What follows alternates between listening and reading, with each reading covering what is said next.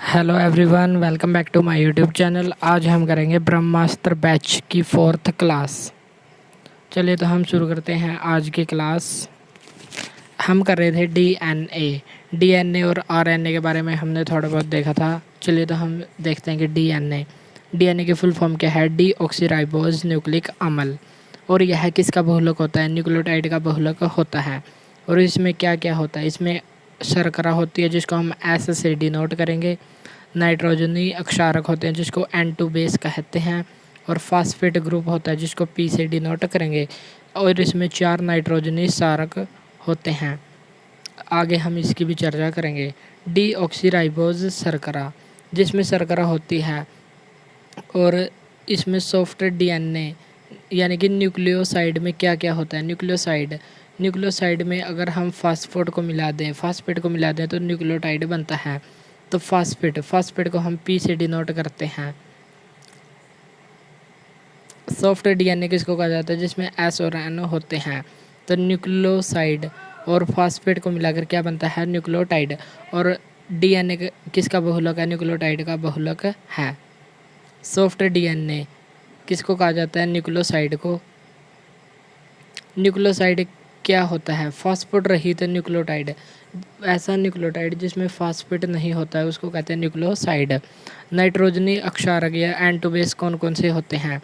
ये 4 होते हैं। और ये 4 कौन कौन से होते हैं? प्यूरिन और पिरामिडिन। प्यूरिन में कौन कौन से आते हैं? एडिनिन, गवानिन। एडिनिन किससे जुड़ता है? डबल बॉन्ड के साथ, थाइमिन के साथ।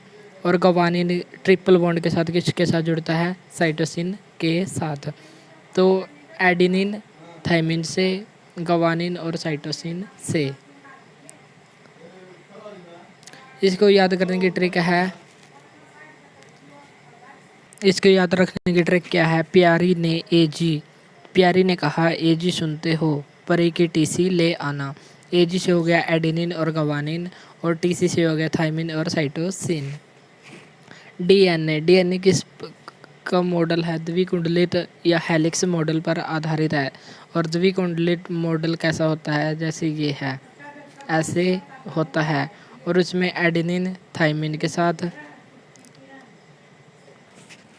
और यह है डीएनए का द्विकुंडलित या हेलिक्स मॉडल किसने दिया है? वाटसन और क्रिक और विल्किंस, इन 3 वैज्ञानिकों ने दिया है। और इसके लिए इनको 1962 का मेडिसिन में नोबेल अवार्ड भी दिया जा चुका है।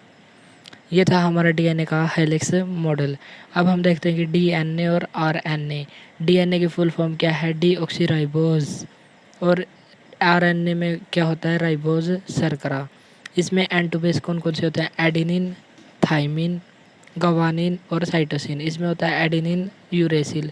इसमें थाइमिन के स्थान पर यूरेसिल होता है आरएनए में। गवानिन, साइटोसिन। इसमें थाइमिन के स्थान पर यूरेसिल होता है। तो हमें यहाँ से एक बात ही ध्यान रखने की, आरएनए में डीएनए और आरएनए में क्या फ़र्क है? आरएनए में थाइमिन के स्थान पर यूरेसिल नाइट्रोजनी अक्षारक होता है। ये हमको यहाँ ध्यान रखना है। चलिए हम चलते हैं नेक्स्ट पार्ट पर।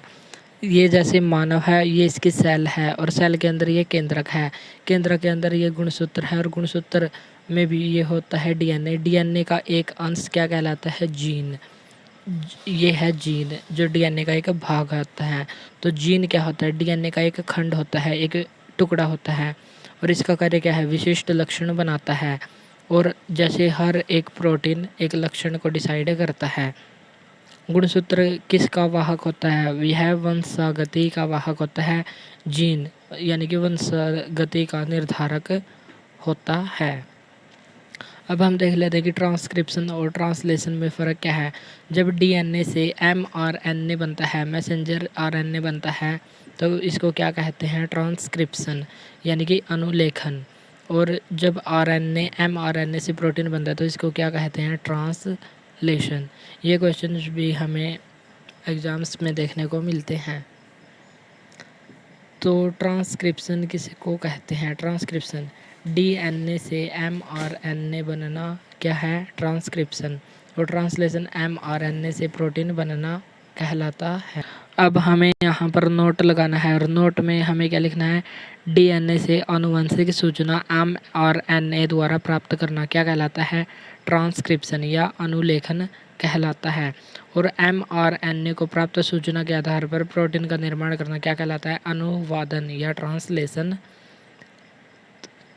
कहलाता है। नोट, कृत्रिम जीन के संश्लेषण के लिए 1968 में हरगोविंद खुराना को चिकित्सा का नोबेल अवार्ड भी दिया गया।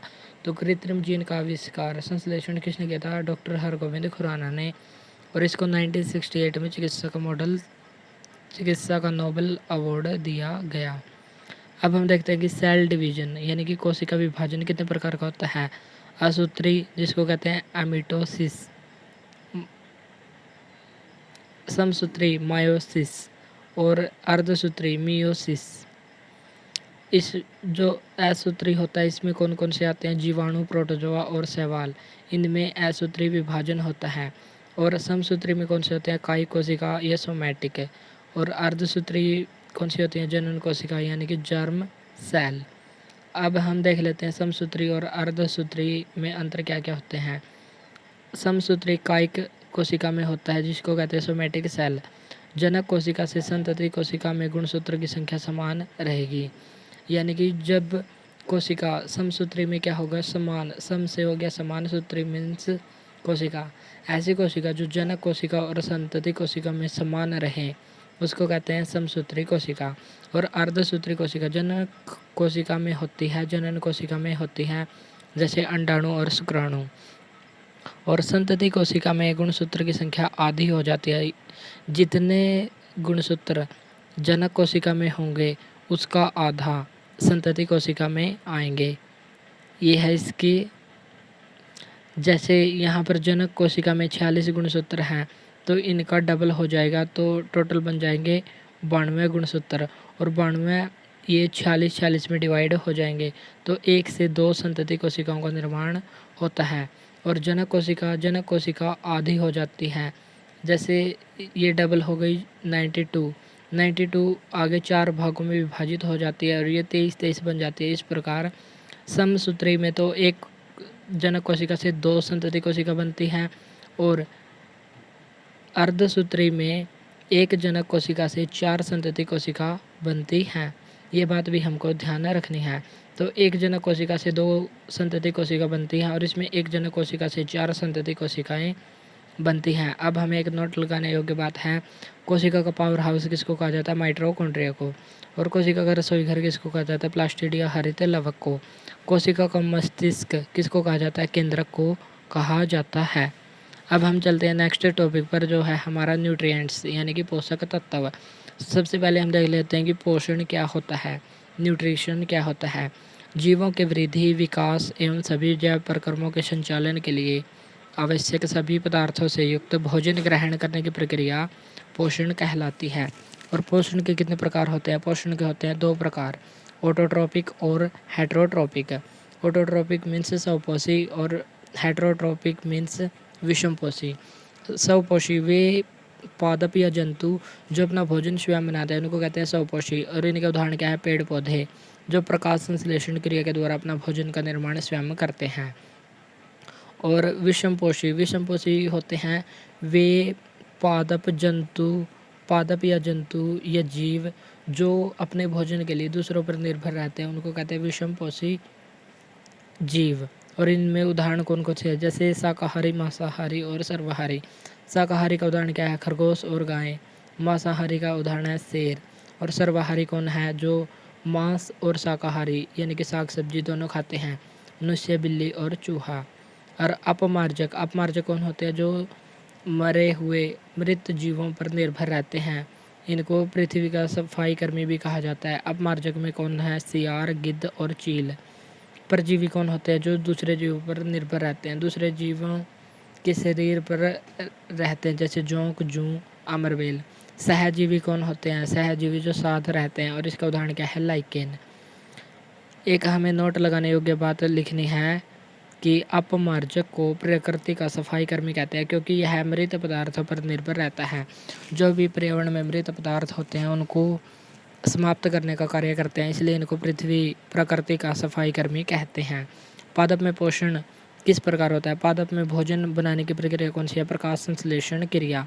इसमें ग्लूकोज होती है जो हमारी, जिसमें कार्बन डाइऑक्साइड और जल मिलकर ग्लूकोज और जल और ऑक्सीजन का निर्माण करते हैं।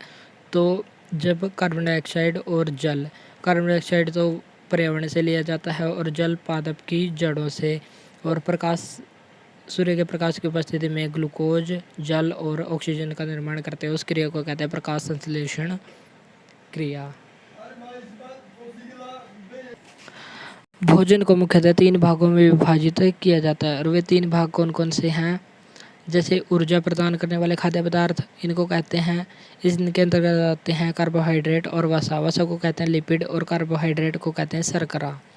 शरीर निर्माण करने वाले खाद्य पदार्थ, वे पदार्थ जिनसे शरीर का निर्माण होता है, वे हैं प्रोटीन। और रोधी अक्षमता वाले खाद्य पदार्थ, यानी कि जो हमारे रोग प्रतिरोधक क्षमता को बढ़ाते हैं, वे कौन से हैं? विटामिन और खनिज लवण। सबसे पहले हम देखते हैं कार्बोहाइड्रेट। अब हम चर्चा करते हैं कि कार्बोहाइड्रेट यानी कि शर्करा, इसको शुगर, जिसके पीछे ओज लगा होता है, उसको कहते हैं शर्करा। इनसे संबंधित कुछ महत्वपूर्ण बातें। कार्बोहाइड्रेट को कहते हैं तुरंत एनर्जी देने वाले स्रोत, यानी कि इंस्टेंट एनर्जी सोर्स कहा जाता है। जो खिलाड़ी होते हैं एनर्जी ड्रिंक में कार्बोहाइड्रेट लेते हैं। हमारे शरीर की 50 से 75% ऊर्जा की आपूर्ति कार्बोहाइड्रेट करता है। और इसके उदाहरण कौन कौन से होते हैं? गेहूँ, चावल, बाजरा, ज्वार, शक्कर और इत्यादि। 1 ग्राम कार्बोहाइड्रेट से हमें कितनी ऊर्जा प्राप्त होती है? 4.2 किलो कैलोरी ऊर्जा। और इसमें जो कार्बोहाइड्रेट होता है वह किससे बना होता है? कार्बोहाइड्रेट बना होता है कार्बन, हाइड्रोजन और ऑक्सीजन, यानी कि CHO से मिलकर बना होता है। और कार्बोहाइड्रेट के कितने प्रकार हैं? कार्बोहाइड्रेट के प्रकार हैं 3, और वे 3 कौन कौन से हैं? मोनोसैकेराइड, डाइसैकेराइड और आगे हम देखेंगे। सबसे पहले मोनोसैकेराइड, इसमें एक शर्करा होती है और इसके उदाहरण है ग्लूकोज, फ्रक्टोज और गलैक्टोज। ग्लूकोज का क्या कहते हैं? Blood sugar. फ्रक्टोज को क्या कहते हैं? फ्रूट शुगर, जो फलों में पाए जाते हैं। और गलैक्टोज को कहते हैं ब्रेन शुगर। एक नोट लगाने योग्य बात है कि प्रकृति में प्राकृतिक रूप से सबसे मीठी शर्करा कौन सी होती है? फ्रक्टोज होती है, जो शहद में पाई जाती है। ये है। नेक्स्ट है हमारा डाइसैकेराइड। डाई का मतलब है डबल, यानी कि 2। जब 2 शर्करा मिलकर आपस में एक शर्करा बनाते हैं उसको कहते हैं डाइसैकेराइड। जैसे सुक्रोज, माल्टोज, लैक्टोज। ओज, जिसके पीछे ओज लगा हुआ होती है शर्करा। सुक्रोज, ग्लूकोज और ग्लूकोज मिलकर बनते हैं, ग्लूकोज और फ्रक्टोज मिलकर बनते हैं सुक्रोज। माल्टोज, ग्लूकोज और ग्लूकोज मिलकर बनते हैं माल्टोज। और लैक्टोज किससे मिलकर बनते हैं? ग्लूकोज और गलैक्टोज से। जैसे GF पर शक से हो गया सुक्रोज, जी से हो गया ग्लूकोज और F से हो गया फ्रक्टोज।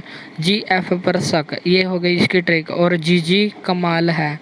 जी से हो गया ग्लूकोज, जी से ग्लूकोज, और कमाल से हो गया माल्टोज। तो माल्टोज किससे मिलकर बनता है? GG। और GF पर शक यानी कि सुक्रोज। और लैक्टोज मीन्स ग्लैक्टोज, जिसमें ग्लूकोज और लैक्टोज हो उसको कहते हैं लैक्टोज। और इसमें एक नोट रखने योग्य बात क्या है? टेबल शुगर किसको कहते हैं? जो घर में चीनी होती है, जैसे सुक्रोज या केन शुगर कहते हैं, इसको कहते हैं टेबल शुगर। और मिल्क शुगर किसको कहते हैं? लैक्टोज को। जहाँ पर लैक्ट होगा वहाँ पर होगा दूध, तो मिल्क में शुगर होगी उसको कहते हैं लैक्टोज। नेक्स्ट है हमारा पॉलीसैकेराइड, जिसमें बहुत सारे शर्करा शामिल होते हैं, जैसे स्टार्च, ग्लाइकोजन, सेल्यूलोज और काइटिन।